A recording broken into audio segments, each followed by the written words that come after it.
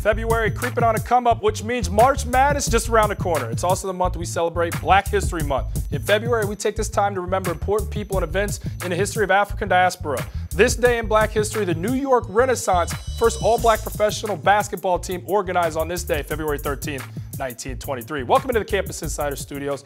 I'm Jordan Cornette. As we continue our celebration and recognition of this special month, we welcome in Coach Lonnie Blow, Jr., the head coach of the Virginia State Trojans, the historically black college that is a member of the CIAA Conference. Coach Blow, working at an HBCU and influencing young black student athletes, what in particular do you like to do to highlight this month to your team? We try to, highlight the accomplishments of African Americans, but more so than anything else, we try to do it year round. We try to talk about all the great things that African Americans have done throughout history, and this month we kind of highlight it a little more, but we try to make sure we do it. We call it 365. We try to make sure we do it year round, but we also make sure that we acknowledge those accomplishments, and every day we try to talk about someone that's important. HBCUs, they're a staple of black culture and academia. How important are these institutions to the development of our youth? They're mighty important, because, in order for us to develop and grow, we've got to know about the past. We've got to know about our history for us to move forward. And I just think that we need to make sure we continue to have these kind of conversations and let the youth know about their past and about their history so it can strengthen their self-esteem and help move them forward. Coach Blow, let's talk about these Trojans. 9 transfers on the roster. What's the biggest challenge you're presented with such a mixture of guys from different places? Just trying to get everybody on the same page, and I think we've done a really good job of that, because the group that we had, the guys kind of bought in from day one, and it's a close-knit group, and they kind of hold each other accountable for their actions and working hard and things like that. And I think that the group has kind of really come together well, because I think, again, they're such a close-knit group that I think it's really helped us, and part of our success goes to the fact that these guys are really close, and they have been from day one when we started preseason conditioning.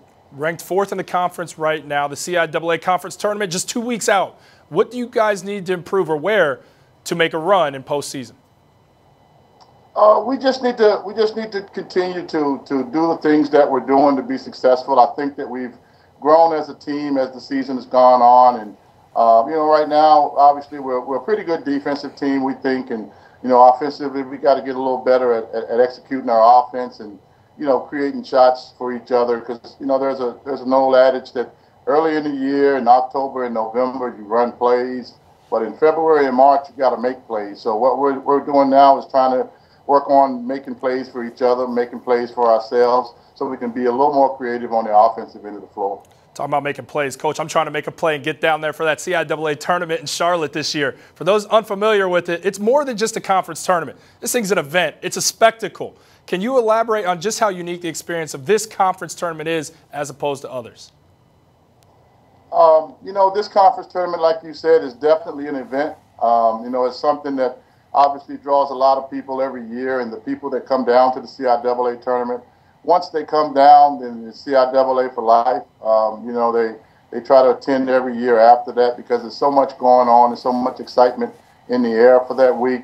But the CIAA tournament is really special. It's unique. It's not like any other tournament, because all the tradition and history that goes along with it. All the stars that are there. I can remember my first year coaching in the CIAA. I walked down the sideline, and I turned around, and I looked at the end of our bench, because they have those courtside seats, and I said, wow, that's Mary J. Blige. Kind of took my attention off the game. Fortunately, the ball hadn't been thrown up yet for the tip, but it just kind of took my attention, and I went, wow, that's Mary J. Blige sitting on the end of our bench. I said, wow, let me get myself focused and get back into the game. And then as the game went on, I looked behind our bench in the stands, and there's Chris Tucker and Steve Harvey. So it's definitely a really big event, and I think bringing the stars out every year and things like that really make it an even bigger event. Well, like Coach said, it is an absolute spectacle and event. Coach Lonnie Blow, Jr., thanks for the time. Best of luck in the postseason, Coach. Thank you very much, man. Appreciate it. Yep. For all your college hoops coverage, check us out only on a digital tip, CampusInsiders.com.